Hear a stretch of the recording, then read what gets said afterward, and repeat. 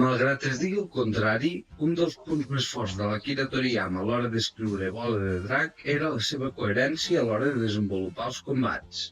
Aquesta coherència també era fruit del coneixement que tenia dels seus personatges, que analitzarem en profunditat en aquesta sèrie de vídeos. El cor petit és el primer gran enemic de la sèrie que no es limita a ser un obstacle al camí del Goku, sinó que forma part del passat i del món de Bola de Drac des d'abans que comenci la història que tots coneixem. Si el Freezer es pot considerar l'enemic que ens connecta amb el passat del protagonista, el cor petit és el que ens connecta amb el passat de la Terra i de les arts marcials que domina el Goku. Gràcies al cor petit sabem que les escoles de la Tortuga i de la Grulla provenien d'una mateixa escola dirigida pel mestre Mutaito, d'on els mestres Mutenroshi i Tsuru Senin eren deixebles. L'impacte que té la seva aparició a la trama també és notable. Si amb els guerrers de l'espai es confirmava el gir que faria la sèrie, és amb l'aparició del cor petit on aquest gir es comença a veure. Tenim els primers moments tràgics de veritat, com ho són les morts del Krillin, el Follet Tortuga i el Chaos, i els gags i l'humor que abans eren elements troncals de la història, ara es limiten a personatges còmics com el Yajirobai. Enrere han quedat els temps on els dolents eren el Pilaf, el conill que et convertia en pastanaga, el Follet Tortuga disfressat amb nom d'actor famós, o els Yamcha i General Bloom pànic a les dones i gags garantits amb la Bulma. L'impacte del cor petit no es limita al to de la sèrie, sinó també als combats. Amb ell veiem els primers atacs d'energia que destrueixen grans extensions de terreny, cops que et fan estavellar contra edificis o muntanyes, tot destruint-los. També és el primer enemic que lluita sense fer servir tota la força des d'un començament. En definitiva, el seu impacte també es nota en el to i desenvolupament dels combats. I finalment, també és el primer enemic que es transforma per fer-se més fort, tot i que en el seu cas sigui demanant desitjar el drac perquè el torni a fer jove. Tot i que qui popularitzarà el tema transformacions és el Freezer, no es pot negar que el cor petit és el primer gran enemic que treu a passejar aquest recurs. Com podem veure, el cor petit va suposar un abans i un després per la sèrie, i és per això que la seva importància i contribució no s'han de subestimar mai. Però centrem-nos en el cor petit en si és que li podem dir cor petit. I ara no parlem de si cor petit és una bona o mala adaptació de l'original Piccolo. Personalment creiem que Piccolo seria impronunciable en català oriental. Se li hauria de dir Piccolo, potser? Sinó de la identitat real d'aquest Namek i els seus orígens. Fill d'un Namek anomenat Katatsu de la família dels dracs, el Namek que acabaria fent de Déu és enviat a la Terra per salvar-se de la catàstrofe que va arrasar el seu planeta. És aquí on s'impregna de la maldat humana, i més endavant, quan es converteix en aspirant per substituir l'antic Déu de la Terra, es veu forçat a desprendre's d'aquesta maldat dividint-se en dos.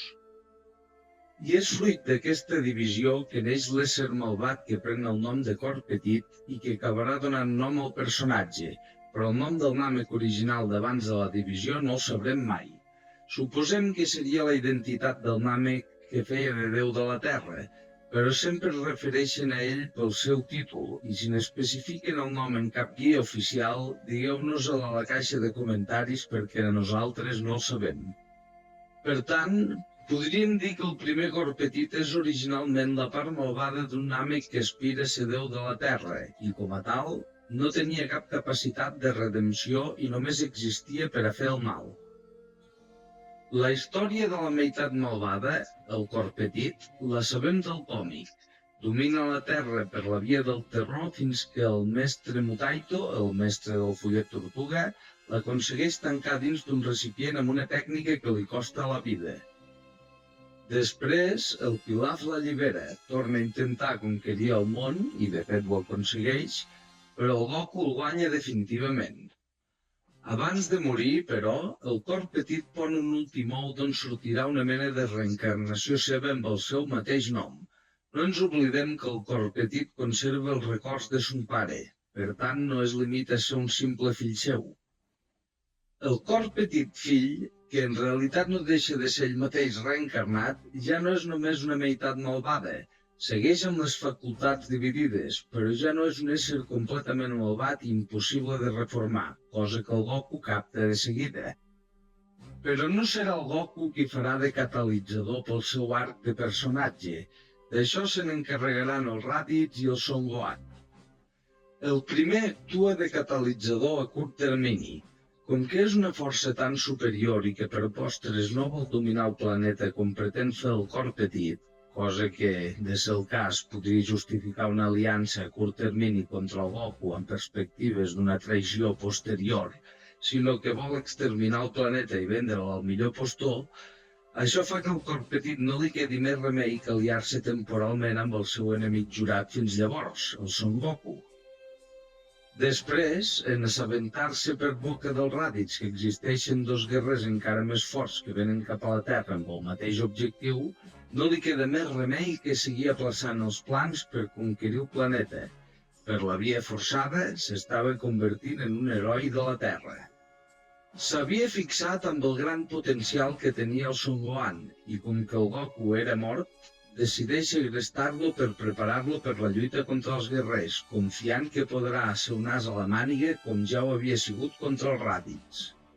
Però el que el cor petit s'esperava que fos un entrenament pel Son Gohan, al final acaba sent un entrenament cap a ell mateix, un entrenament per acceptar-se a si mateix. I és que si ens fixem en el resultat final, és molt evident. El Son Gohan s'ha fet més fort, cert, però segueix sent el nen pacífic a qui no agrada lluitar i que només pot treure el seu màxim potencial quan s'enrabia. El cor petit, en canvi, s'estova fins a tal punt que fa el màxim sacrifici per salvar-li la vida al nen. Malgrat no fer ni un moment treia foc pels queixals veient com el Son Gohan era incapaç d'actuar contra el Nappa, paralitzat per la por. Per tant, el que havia de ser una dinàmica mestre-alumne esdevé en realitat una dinàmica mestre-a-mestre, i el Son Gohan s'emporta, sense ni ser-ne conscient, la medalla al millor mentor. És aquí on es forja una de les relacions més interessants de tota la sèrie. El cor petit és conscient que el Son Gohan és un nen, i el Son Gohan, sens dubte, el té pel seu mestre més important juntament amb el seu pare. Però pel cor petit el Son Gohan no és un alumne i prou, és molt més, és qui el va ajudar a començar a recórrer el camí per acceptar-se a si mateix i es nota amb el respecte immens que li té durant tota la sèrie. Tot i que no és fins que es troba amb el Nappa i el Vegeta que no pren consciència del seu veritable origen com a Namekià, això mai passa de ser un detall per a ell, doncs aleshores la llavor ja estava més que sembrada. El desenvolupament del cor petit com a personatge passa, com es diria en termes cinematogràfics, fora de pantalla, i passem d'un cor petit malvat a un de bo en qüestió de molt pocs capítols. I tot això també es veu reflectit en el seu poder, que a part de per la via de l'entrenament, també es desenvolupa a mesura que ho fa el propi personatge. I és que el primer gran increment de poder del cor petit passa molt desapercebut per la majoria de lectors del manga, però sol ser una de les crítiques que els fans de la sèrie més observadors fan al Toriyama. El cor petit passa de ser molt més dèbil que el Nappa a plantar-se davant del Nail i que aquest li reconegui un poder increïble. No ens oblidem que el cor petit devia tenir un poder no gaire superior al d'un Namekià estàndard dels que el Vegeta i el Dodoria despatxaven per desenes quan es mor a la Terra, i no arriba fins al planeta del Kaito que el Goku ja és a la nau a mig camí de Namek. Per tant, que el Nail el consideri superior es pot entendre com una errada del propi Toriyama, un d'aquests topatges una mica exagerats i sense justificació. Però fem un petit parèntesi per explicar la concepció del Ki que té l'Akira Toriyama. Per l'Akira Toriyama, el Ki, o energia, és l'energia vital sorgida d'una ment i un cos sans, així com d'unes motivacions fortes. El cos sa fa referència al que nosaltres entenem per la condició física, no només menjar i dormir bé o tenir bona salut, sinó entrenar-lo i enfortir-lo fins al límit de possibilitats. Aquest progrés és el més fàcil de veure. Si el Goku pot aguantar una gravetat de 100 Gs és perquè és 10 cops més fort que quan entrenàvem una gravetat de només 10 Gs. La ment sana no fa tant referència a la bondat, sinó al fet de tenir una tranquil·litat d'esperit i unes conviccions. El Freezer, per exemple, és un malvat, però amb la consciència molt tranquil·la, i sempre té un objectiu clar en ment. Per tant, entraria dins la definició de ment sana que té el Toriyama.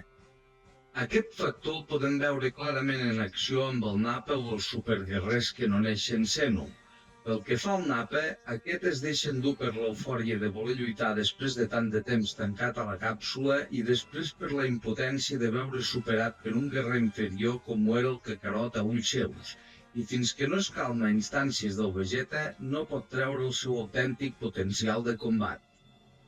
L'estat de superguerrer, per la seva banda, implicava una agressivitat que impedia un control del ki correcte, i no és fins que el Goku poleix la transformació a la sala de l'esperit i del temps que no veiem el poder real que poden arribar a tenir. Per tant, la ment clara i entrenada també és un aspecte central en tota la sèrie de Bola de Drac. I finalment, les motivacions, que solen anar lligades a la tranquil·litat de ment i les conviccions, però que poden aportar un extra a personatges forts en casos extrems o ser d'evitar l'ajuda pels personatges menys preparats. El Goku, quan lluita contra el Freezer, el mou la convicció de voler enfrontar-se als més forts i superar-los, però només aconsegueix arribar a superguerrer quan s'hi afegeix la motivació de protegir els seus estimats, que li desperta el Freezer matant el Krillin. Pel Gohan, en canvi, la motivació és vital, ja que la seva mentalitat amable però feble li juga males passades limitant el seu potencial. Pel Vegeta també va ser clau. Amb la convicció per ser el més fort havia arribat molt lluny, però en el fons ja havia acceptat que el Goku el superés. I és que si el Goku era el superguerrer de la llegenda, què hi podia fer ell, que només era un guerrer extraordinàriament ben dotat? Però és el fet de veure com un desconegut com el Trunks també aconsegueix el que ell només havia pogut somiar, que l'orgull i la impotència li desperten la ràbia que el permet arribar a ser superguerrer. Un altre exemple de com una motivació puntual esdevé clau per l'evolució d'un personatge i el seu poder. Així doncs, podem veure que aquest també és un factor que el Toriyama respecta i empra al llarg de tota la sèrie. Bé, no ens desviem més. El Corpetit és un namekià, una espècie d'una naturalesa extraordinàriament pacífica, cosa que xoca frontalment amb la seva altra naturalesa malvada fruit de ser, en origen, la meitat dolenta d'un altre Namek. Com que era un ésser fruit de dues naturaleses oposades, podem deduir fàcilment que el seu poder s'havia vist limitat en extrem per aquest fet. Doncs ja no parlem d'una mica d'agressivitat o estrès, sinó d'un conflicte intern irresoluble. Quan el Corpetit fa el sacrifici per salvar el Son Gohan i li confessa els seus sentiments, podem dir que passa pàgina en gran mesura aquest conflicte, i això es veu reflectit en la seva energia, que se li multiplica exageradament en qüestió de dies.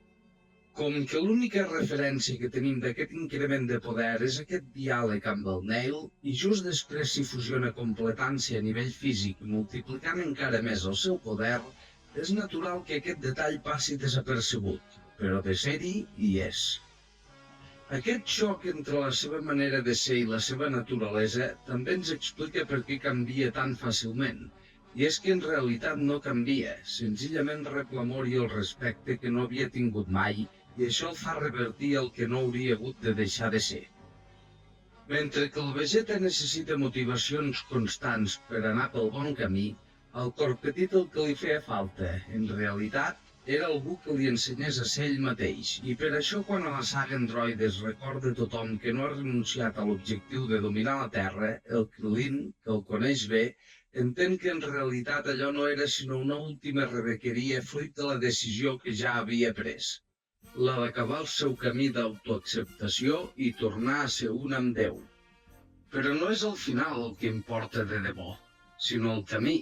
I per això l'augment de poder que obté després de fusionar-se amb Déu, tot i que respectable, no deixa de ser una minúcia en comparació amb els que havia tingut amb els canvis anteriors.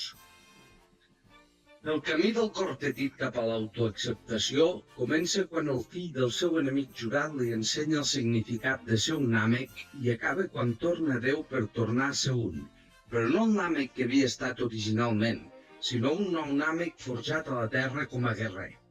I és que no és el cor petit qui acaba tornant a Déu, sinó Déu qui accepta que el cor petit no només és digne de tornar, sinó que mereix seguir sent ell. El que en un principi havia sigut una part descartada, ara esdevenia la nova base del nou ésser fruit de la fusió, que ja no seria el Namek que es va dividir temps enrere. I aquesta és la nostra anàlisi del cor petit, un personatge que agrada a la majoria dels fans de la sèrie i que a nosaltres personalment ens encanta. I és que el Toriyama era expert fent que les contradiccions dels personatges acabessin aportant-los un extra de profunditat i carisma. Esperem que el vídeo us hagi agradat i que ens veiem al proper. Salutacions!